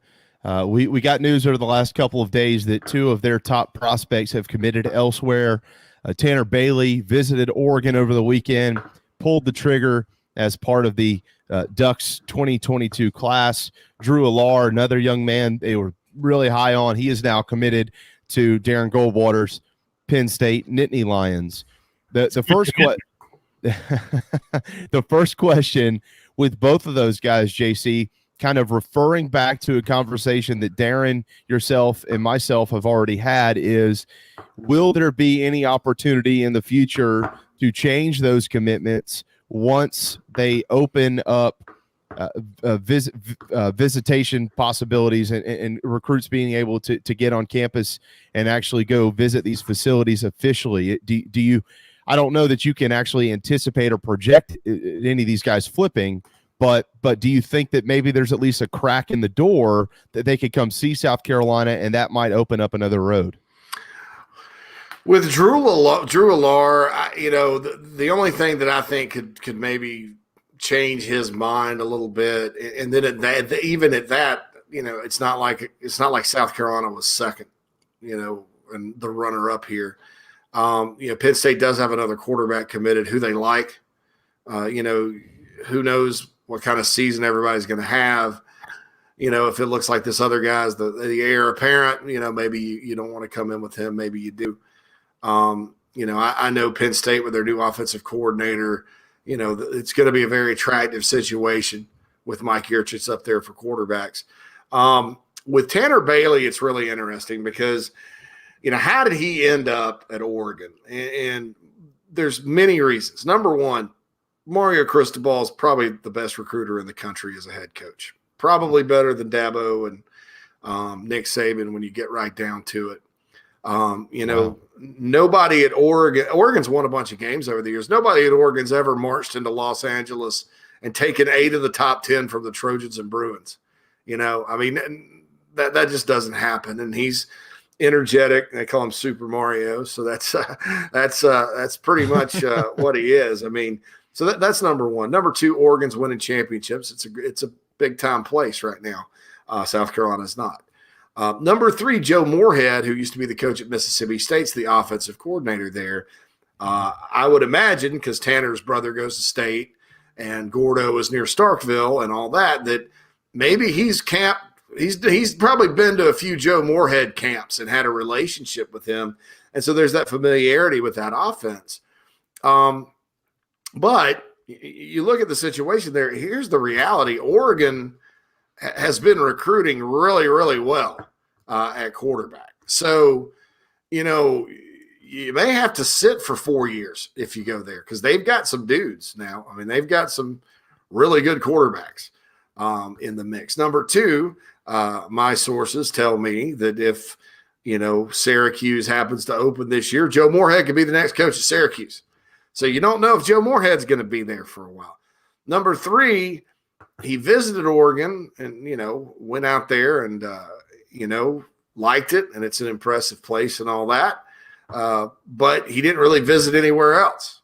And so he hadn't been to South Carolina to let them counter. I'm sure he's been to Mississippi State. And so anytime, and then, of course, it's all the way across the country. So anytime, and not in the SEC. So anytime you have those factors involved where a situation can change and a kid is that far from home or committed that far from home, there's some flipping that can happen. That said, South Carolina's got to take care of South Carolina, and they can't sit around and wait. You got to sort of you have to have a quarterback in this class, in my opinion. So that's the deal there. So I would not give up completely on Tanner Bailey. The reasons why he committed to Oregon are certainly valid. But as the visit wears off, as the landscape changes in college football, that kind of thing. I mean, I'm sitting there looking.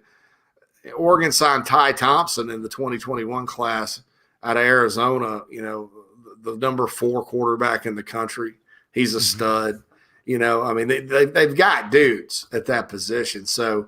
There's a lot of things that I think South Carolina, before that, Jay Butterfield, that's a heck of a name, came in, kid from California. So I'm just saying, I think that, there are realistic reasons why, and I'm not counting Mississippi State out of this either. The Gamecocks or Bulldogs could sneak in there and flip him. So they'll continue to recruit him. South Carolina will.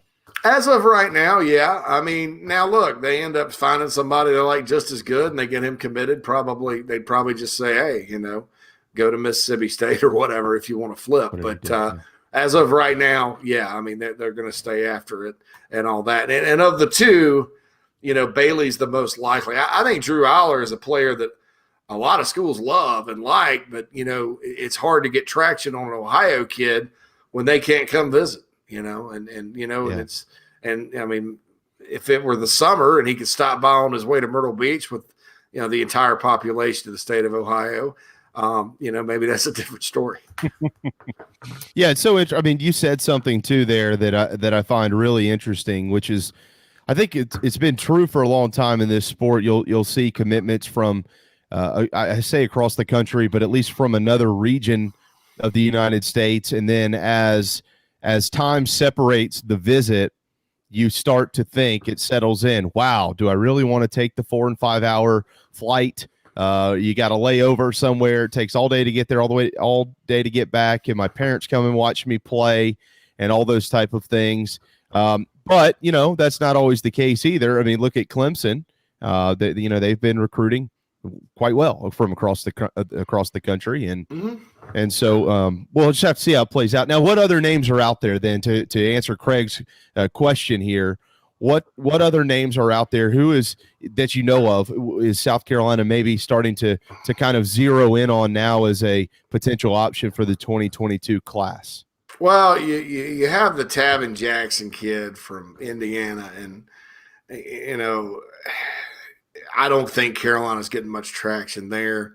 Tevin Carter from Memphis, Tennessee, Kirby High School is a player that they want to get in camp and let him throw and see what's going on there. I think, Zan Dunham from Chester is a player that they offered on defense that I think, they'll get him in camp and have him throw and at least see at quarterback. Other than that, it's sort of a crapshoot. And I do think that it's probably going to go to a camp situation when all is said and done. I mean, there's there's got, Destin Wade from Spring Hill, Tennessee, is a player that could be a factor. Ryan Berger from Myrtle Beach is a player that could earn a camp offer. So I think that's it. And look, I tell Gamecock fans this all the time because, and look, none of these guys are going to be Gunnar Stockton good prospect-wise. I mean, Gunnar Stockton's a legit 5-star talent that's it's unfortunate that Carolina didn't hold on to him because he's really a special player. So none of these guys are going to be Gunnar Stockton. If you look back over the years, South Carolina's had some 2- and 3-star guys at quarterback that have worked out just fine. Dylan Thompson, Connor Shaw. And then if you look nationally, Kyle Trask was a 2-star and Mac Jones was a 3. And those are 2 of the best quarterbacks in the country. Now, Trevor Lawrence and Justin Fields were the top 2 guys in the country. But, Zach Wilson at BYU was a 3-star. So, don't just crap all over these guys. Don't crap all over Colton just because I didn't write that he'd be in the mix this time around. It's a developmental spot. And, as we've seen over the years, anything can happen. J.C. Shurburtt, owner of the BigSpur.com, 1:30 here on this Wednesday afternoon. Anything else recruiting-wise you want to pass along before we let you run? No, I think just, keep an eye on the in-state prospects for right now. I think that, you got a guy like DQ Smith from Spring Valley who's familiar with the program. He doesn't have to come visit, that kind of thing. Antonio Williams from over at Dutch Fork. There's an offensive lineman at Ridgeview to keep an eye on for the summer camp. This staff really – and look, I'll say this. The Muschamp staff was better than the Spurrier staff at this, okay, especially in terms of working their territory and combing the state. But Beamer and his staff are kind of doing an even better job of making sure they leave no stone unturned. And I was told by a good source the other day, they're like, we are not going to not evaluate this state thoroughly because there's too many guys that end up over the years, they've ended up elsewhere with no offer. Mm-hmm. And in the NFL, they're like, we're going to try our best to make sure, these guys stay at home. And I think so far, when you look at the offers they've made in state and all that it certainly looks that way. And that's where it all starts. There's good talent in the state of South Carolina.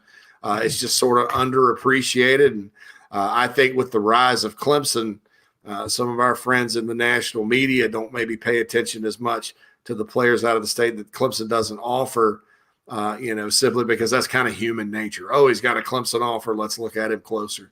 And so that's the deal there. Well, I mean, Shane Beamer had a heavy hand in that when he was with Steve Spurrier. And of course he's got it again. I mean, he's in charge now. He had the same theory, JC, when he was on staff as he does as the head coach.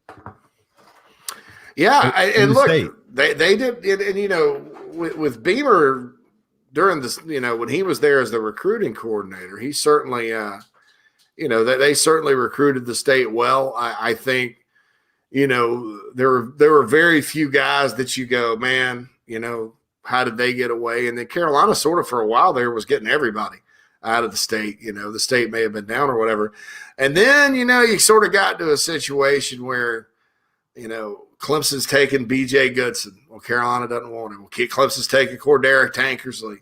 Well, Carolina doesn't want him. Well, Clemson's taking Bashab Breland. Carolina doesn't want him. And Mike Williams, that was a big drop of the ball for South Carolina. And those players, unfortunately for the Gamecocks, fortunately for the Tigers, were a cornerstone of their national championship run and their rise to glory. So, it did slip after he left, especially when Spurrier Jr. became the recruiting coordinator. I'll never forget, Carolina sitting there terrible at safety, awful, 2014, 2015. And Clayton Gathers, you're going to pass on a guy named Gathers from Carver's Bay. You better make sure he can't play dead. He goes down to UCF, and he's an all-conference player. And he's in the NFL, as a safety. And Carolina didn't have a safety that could play dead in the movie. So those are the types of mistakes that I think they're committed to avoiding, and they're in pretty good hands, I think. I like the approach so far. TheBigSpur.com has you covered with all of that and so much more. Obviously, baseball is in full gear, ranked in the top 15 in the country in every poll out there. Basketball is set to go tomorrow night. The future of Frank Martin. South Carolina is set to open spring practice next week. The women and what they're doing in a run to try to win another national championship. All of that information is available at thebigspur.com. JC, what's the latest deal if somebody is not a subscriber?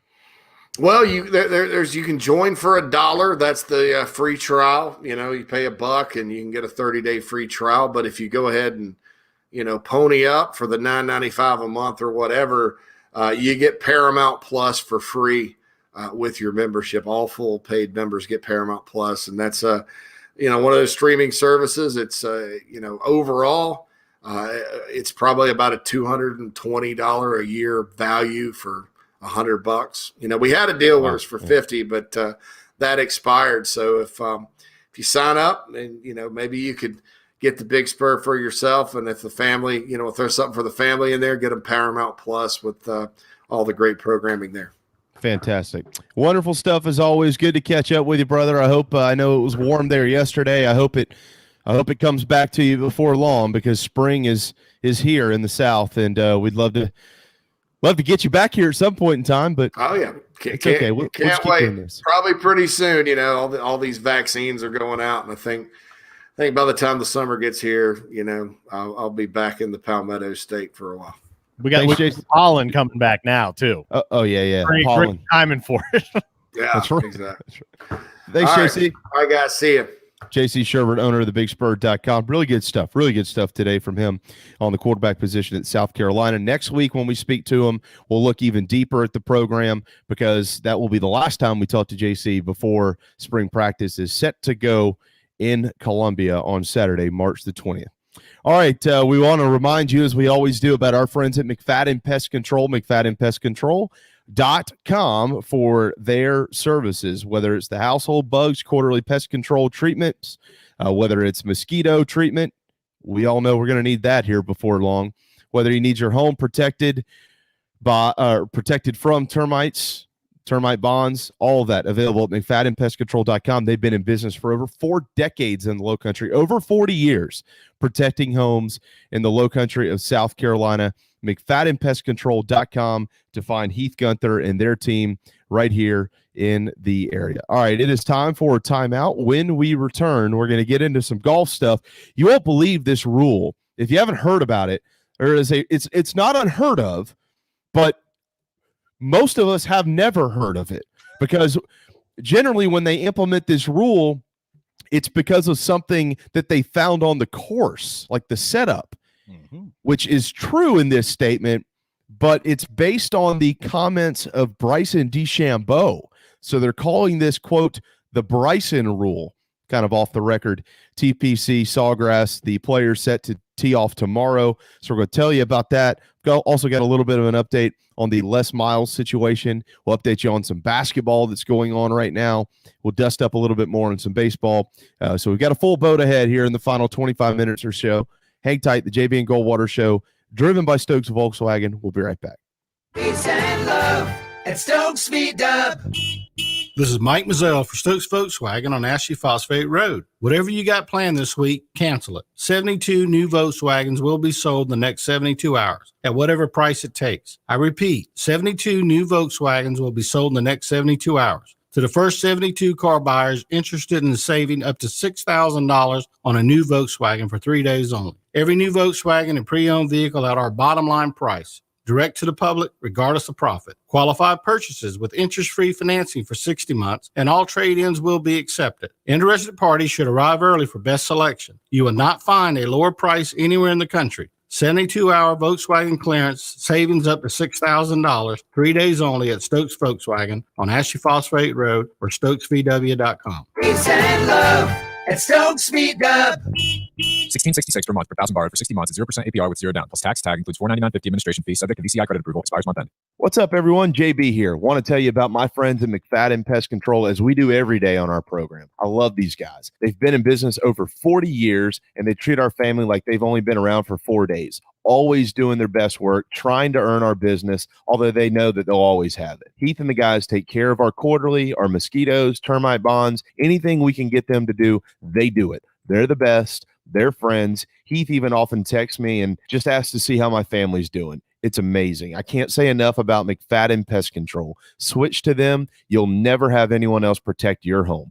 McFaddenPestControl.com, McFaddenPestControl.com here in the Low Country. Guys, spring is finally in the air. You know what that means? Basketball in its home stretch. March Madness promotion at Dog and Duck's 3 locations in Mount Pleasant, Bell Hall, Park West, and Clements Ferry Road. From now until the end of the tournament, $5 Sweetwater pints. That's right. Every Sweetwater, just $5 at Dog and Duck, Park West, Bell Hall, and their Clements Ferry location. Plus, baseball spring training, college baseball, spring football. It's all available at Dog and Duck's 3 locations in Mount Pleasant. Hey everybody, what's going on? This is singer-songwriter Patrick Davis, and I might live in Nashville, but whenever I want to keep up with the South Carolina Gamecocks or even the Clemson Tigers, I can still tune in to JB and Goldwater because they are always live, loud, and online. And I sing hallelujah, I do believe it's happening. I need to check in with our friend Patrick Davis. Is he back from the Bahamas yet? I don't know where he is. You never know where he is. We text, I don't want to say often, like every other day, but generally every, couple few weeks, we kind of catch up. And I haven't heard from him. I don't think there are 2 guests that we have that live a better life than Patrick Davis and Mike Morgan. I mean, Morgan's throwing up pictures on Instagram, like down in the Keys. Patrick Davis is out in the Bahamas. They're doing it right. Dude. Mike Morgan. Yeah, he's the next time he's on, which will be very soon. I think we'll create a new bump for him. That's Jimmy Buffett. Jimmy Buffett, or maybe Dierks Bentley's song, a country music song, Somewhere on a Beach. Yeah, something like that. All right, let's get into some of this golf stuff. If you haven't heard, kind of what's going on down in Ponte Vedra Beach, Florida, they're off the record calling this the Bryson rule. So forgive me while I turn my head here to read some of this, but yesterday the PGA Tour announced that in the interest of safety, volunteers, and other personnel, it would be instituting an internal out-of-bounds area on the 18th hole of the TPC Sawgrass for this week's Players' Championship. Now, they didn't cite Bryson DeChambeau, but the rule was put in place after he talked about trying to drive his tee shot. Check this out. If you know TPC Sawgrass, the 18th, it winds around the lake. The lake's on the left side when you tee off. He talked about trying to drive his tee shot over the lake, because he said if it lands, which he'd have to clear about 310 yards, which he said is not a problem for him, and we all know that it's not, and he could clear it and he can keep rolling if he wants to. There's no hazard beyond that. He would just be on the other side of the lake. He said it'd be an easier shot to that par 4 green there on 18, as opposed to him with the big swing trying to go down the fairway, bringing the water in play on the left, bringing the trees in play on the right. He's talking about going literally setting up in the tee box, and the hole is straight ahead of you, and he's looking that way to the left. Well, if you were watching the tournament this weekend, the Arnold Palmer, Bryson made a big deal coming into the tournament that he was going to try and drive the par 5 6th hole. And there were a couple of times where he didn't quite get there, but my God, did he hit a rip, and he got within in the 60, 80 yard range. There's a great video. There's a picture, if you haven't seen it, of Bryson hammering one. I want to say it was the first or second round, and then triumphantly, pumping his fist to the delight of the crowd. So he's trying this. There was also another point last week where Bryson hit the ball over and out of bounds side. I mean, there was at no point was the ball really ever in bounds, but where it landed was technically not out of bounds. Bryson had to go through an entrance, a spectator entrance. He had to go through it to the other side. He at one point had to have a car moved, and he was still in bounds. So the TPC is basically saying, look, this ain't happened. You're not going outside of our gates and then going to play that ball back in and say, oh, everything's fine. We're going to make sure that thing doesn't happen. Yeah, he had a quote about if he couldn't do that, and this was before the rule was put in play, but he said, if I decide not to do it, I'll just hit a 4-iron down the fairway and then probably play a 7 or 8 in from there to the green. Right. Probably, and probably what he'll have to do now. Yeah, and that makes a lot more sense. That's what other players will have to do. Granted, they're not downsizing down to a 4-iron, but that's how you generally play golf. I mean, the idea of just smacking it on the best line possible, regardless of where you land.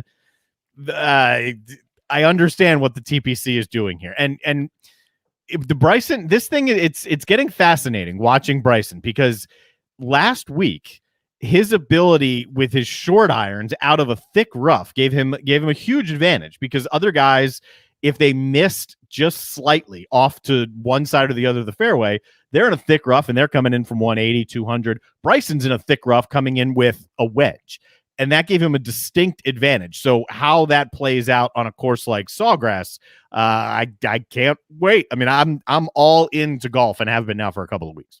Yeah, it's tomorrow is going to be a lot of fun. By the way, the weather is perfect for the next 4 days at Ponte Vedra Beach. I think the high tomorrow is 70, 71 Friday, and then 73 and 74 over the weekend. Expecting maybe a couple of clouds Saturday and Sunday, but there won't be any the next 2 days. So it's beautiful weather to play this tournament. Here's some notables. If you are planning to watch the tournament starting tomorrow, the early tee times go at 6:45 a.m. at Ponte Vedra Beach. And of note, the couple of Clemson Tigers will tee off together at 6:45 on the 10th tee. Kyle Stanley and Lucas Glover. How about Mount Pleasant's Russell Henley? He's going to tee off at 6:56 on the 10th tee. Actually, he's going to go with Scotty Scheffler, a guy that our friend Scott Glaze is generally pretty high on. Mickelson's going to tee it at 7:07 with Tony Finau and Charles Howell III on the number 1 tee box there. Graham McDowell, Matt Kuchar, and CT Pan on the 10th at 7:07. And about 10 minutes later, you've got Poulter and Gary Woodland on the 10th tee. These are just some notables kind of coming down the list here. At 7:29, how about this group? Victor Hovland, Patrick Cantlay, and Justin Thomas will go off the 10th at about 7:30 a.m. The winners come out of that group. Keep an eye on Hovland. Thomas it's been tough for Thomas. He lost his grandfather. Tiger's a buddy of his. He's even admitted how tough it is and how he's trying to kind of battle through that, and it's something he has to do. Victor Hovland has been on fire. Keep an eye on Hovland this weekend. Yeah, I tell you what, though, I with all that being said, I like JT because of those reasons. Yeah. I think he's going to play well. I really do. You got Sergio, Webb Simpson, and Rory at 7:40 on the 10th tee. Rory's defending his crown here, but from 2 years ago, because they didn't play it last year because of COVID. So certainly going to keep an eye on Rory McIlroy. Xander Schauffele's going to go off the 10th tee at 8:02 a.m. Ricky Fowler, he'll tee off the 10th tee at 8:13 tomorrow morning. A couple of other notables to pass along to you here as well. I lost my spot here. Nope, there we go. Sorry about that. We've got Jordan Spieth and Patrick Reed and John Rahm at 12:49 on the first tee tomorrow afternoon. So we'll be on the air when they are set to go. And then there's the big group right at 1 o'clock on the dot. Colin Morikawa, Bryson DeChambeau, and Dustin Johnson. They will tee off at 1 p.m. on the nose tomorrow afternoon. So those are some of the notables that we're certainly looking forward to seeing. But a lot of those big bangers will be either in the clubhouse or close to it when we get on the air tomorrow. So we'll be able to kind of update some of what's going on down at TPC Sawgrass. Been a tough go of it for DJ the last couple of starts. He hasn't quite lived up to the expectation, seeing as he's the top golfer in the world, and he is the favorite and will be every time he's teeing off right now, but he hasn't been completely in sync. Morikawa is another name to watch out for. So is Jon Rahm. He's been playing great golf. Yeah, no doubt about it. 843-321-8893 is our text line.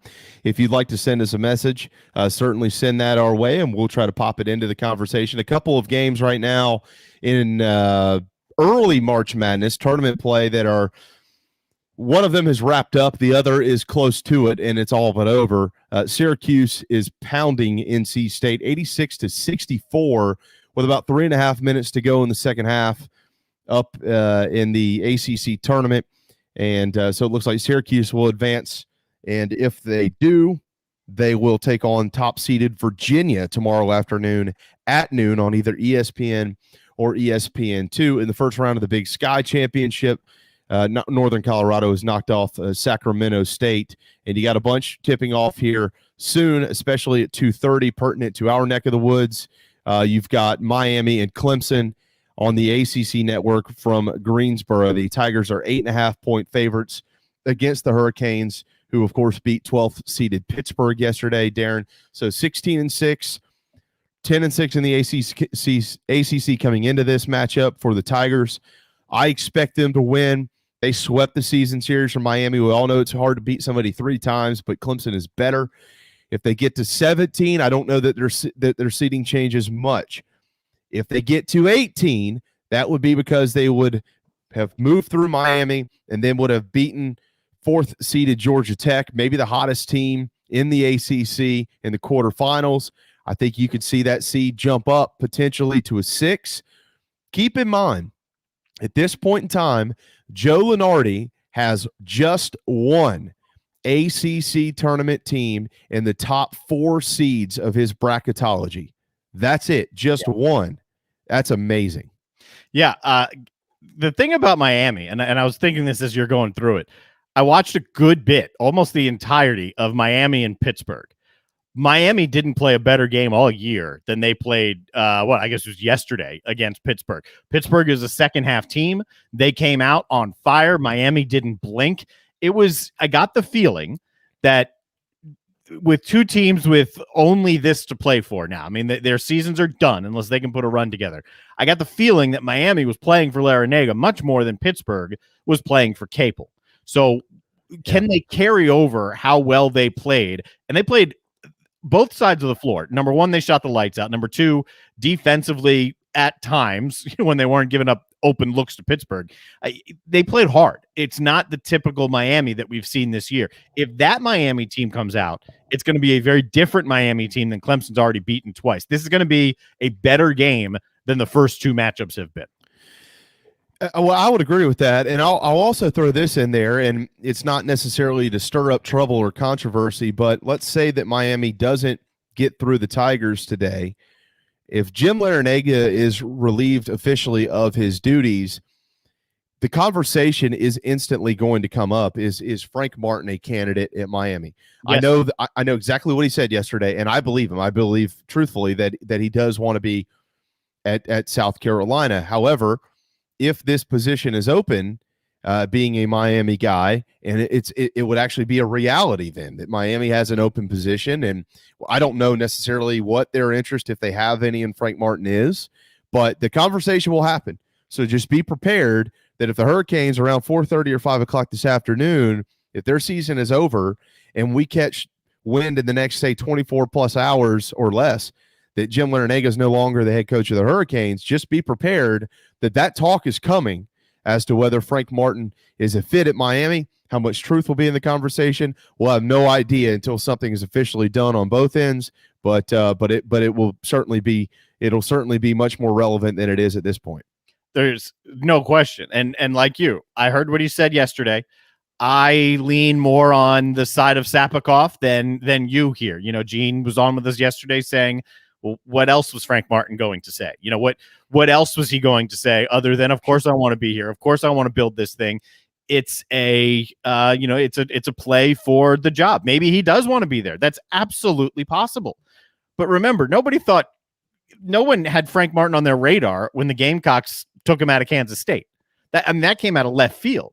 So it's not like this hasn't happened before with Frank Martin saying, I want something, or at least not seeing a change coming and then a change actually happening. It's been a tough year in Columbia. Nobody would fault Frank Martin if he said either of the two things. A, I want to stick it out. I want to see if we can make this thing work. Or B, I'm going to take a different job and see what I can do here, because it's been a tough year. I don't think anybody would fault him either way. Yeah, I mean, there's two ways of thinking on that, and I certainly understand and respect, and I don't disagree with the way that you and Gene think about it. I think more along the lines of Frank Martin didn't have to say anything. When asked about that, he could have said, look, I got a game to worry about this week. I'm not going to discuss my job in the future at South Carolina. If you have questions about the game, we'll certainly talk about that. But he made it a point to go into his future in Columbia. And generally, Frank Martin, at least I believe this to be true based on what I've seen him say over the years, is a guy who, when he speaks it, he means that. And I feel like he would have just not said anything. But that's just the way I feel about it. Yeah. I don't have the answer one way or another. I don't know that there is a wrong answer, but we'll have to wait and see. Yeah, I mean, it's not really Frank's style to totally dismiss a question or not answer a question to avoid any type of answer. So look, it could go either way. And I think it will be fascinating. And if you missed JC Shurburtt, who was on with us just a little while ago, his sources are telling him not that there's a decision that's been made and not that they know one way or the other. In fact, JC said nobody really knows.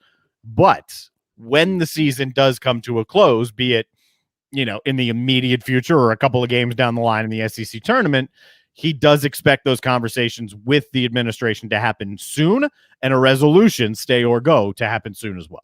Yeah, if it ends tomorrow night, I would expect those conversations to happen by the weekend. Yeah. Honestly, I really would. I think Ray Tanner and Frank Martin want to get this over with and get the thing fixed. Want to give a shout out to one of the coolest, best dudes I know, whose father I truly, with all of my heart, love dearly, who had as big of an impact on my life as anybody ever has. Rocky Cibiteri says, "Go Cox and beat those dogs." I can understand what it means, because his father, Ralph, of course, the longtime head baseball coach at the College of Charleston, and that is just an amazing group of people. And I was a bat boy there when I was a young man, and Ralph Civiteri will forever have a big chunk of my heart. So hey, Rocky and Coach, and hope everybody's doing well. I want to pass this along as well. According to the University of Kansas, the two sides have settled on a $1.99 million settlement for Les Miles to move on. Of course, Jeff Long did defend himself in their vetting process and hiring Les Miles. He said, without getting too far into it here, that he had multiple conversations with Les Miles about this. Nothing ever came up in those conversations. And then he was pressed more on that as to why he can't answer certain things. Why can he not fire Les Miles, quote, with cause, without any type of settlement or buyout? Because Les Miles did not disclose that information to him about what happened at LSU. He said, quote, "That's really a legal question as to how he could or couldn't respond at that time." But that was his response. He was pressed again, and Jeff Long said that is debatable whether that is a lie. I'll leave that to our legal people to dice that out. We felt it was important to move our program forward, that we needed to basically agree to mutually part and pay less through the remainder of 2021 is basically what it came down to. So they basically cut bait and moved on for less than $2 million, which, Darren, is a tremendous it's actually financially a tremendous win for both of them at the end of the day. Regardless of whether you think one of them's right or not, that's a win in today's world of sports. It's deplorable is what it is. I mean, it's an utter failure from Jeff Long. There's absolutely no way that Miles should be paid. It's a buddy doing a buddy a favor. It's why he was hired. And there's no reason for money to change hands here. That he is not he is not deserving, Miles, of getting any type of settlement, but his buddy is protecting him and making sure that he does. That's exactly what's happening here. You wonder if he would have disclosed the information in the past if he would have gotten hired, because there was the fact that this information was supposedly not known by Jeff Long in Kansas is a huge question mark in my eyes. Look, if you ask somebody, what's in your past? Is there anything in your past that's going to come up? If you think that what's in your past is buried and gone and no one's going to find out, you're going to say no. It's Kansas's job to vet that. It's Jeff Long's job to vet that. And he didn't, because it's his buddy. And he hired his buddy, and then he cut bait with his buddy, and he made sure his buddy got $2 million when his buddy shouldn't get anything. It's gross, to be honest. Yeah, it's over now. We know that. It's over now. The future of Kansas football, who knows? But Adam Rittenberg from ESPN has reported Willie Fritsch from Tulane, Buffalo's Lance Leipold. That'd be a great hire. It would be, yes. Nevada's Jay Norvell. How about Skip Holtz at La Tech? Some names maybe to keep an eye on. All right, before we run today, we did talk about Mario Cristobal earlier with JC Shurburtt. It's National Mario Day. Can you believe that? Play some old school Mario. Wow. It is also National Pack Your Lunch Day. All right. Pack it up. What's today? It's Wednesday. Go get yourself a bagged lunch from Dog and Duck. Get the DT, the Duck Truck Burger. It's the game day burger, and it's in a bag, so pack your lunch. Perfect. Well played. Thank you. Thanks to JC Shurburtt and Tony Skole. The Citadel in South Carolina tonight at 6 o'clock down at the Joe. Thanks as always to Darren and to all of you. JB and Goldwater, driven by Stokes Volkswagen, is back tomorrow at noon, and we'll see you then.